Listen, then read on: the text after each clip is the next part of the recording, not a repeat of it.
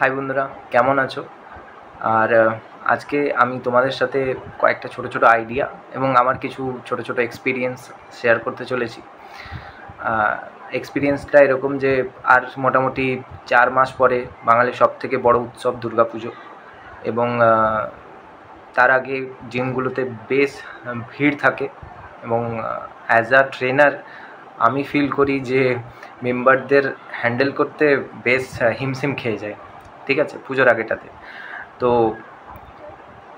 একটাই কোশ্চেন, মানে আমি সব দিনই শুনে আসি এবং এখনও শুনতে হয়, সে নতুন হোক আর বা পুরনো। নতুন মেম্বাররা ফার্স্টে এসে বলেন যে স্যার আমার বেলি ফ্যাটটা কী করে কমাবো, বা স্যার আমার বেলি ফ্যাটটা কমিয়ে দিন। ঠিক আছে, আমাদের জিমে এসে এটা উদ্দেশ্য হওয়া উচিত নয় যে শুধুমাত্র পেটটা কমাবো বা বেলি ফ্যাট কমাবো। আমাদের জিমে এসে উদ্দেশ্য হওয়া উচিত যে আমরা আমাদের ফিটনেস ঠিক করব, স্ট্রেংথ বাড়াবো এবং বডির ফ্লেক্সিবিলিটি বাড়াবো।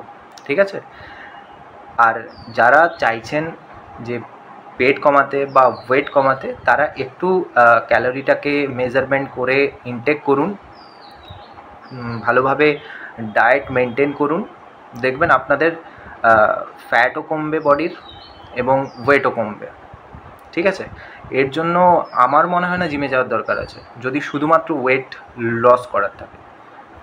ঠিক আছে, যদি জিমে আসতে হয়, কনসেপ্টটা এটাই, আমি আমার স্ট্রেংথ বাড়াবো, আমি আমার মোবিলিটি বাড়াবো এবং আমি আমার ফিটনেস ঠিক করব। কিছু কিছু পুরনো মেম্বারও এসে জিজ্ঞেস করেন, স্যার সবই তো ঠিক আছে, পেটটা কমছে না। আরে সব ঠিক নেই বলেই পেটটা কমছে না।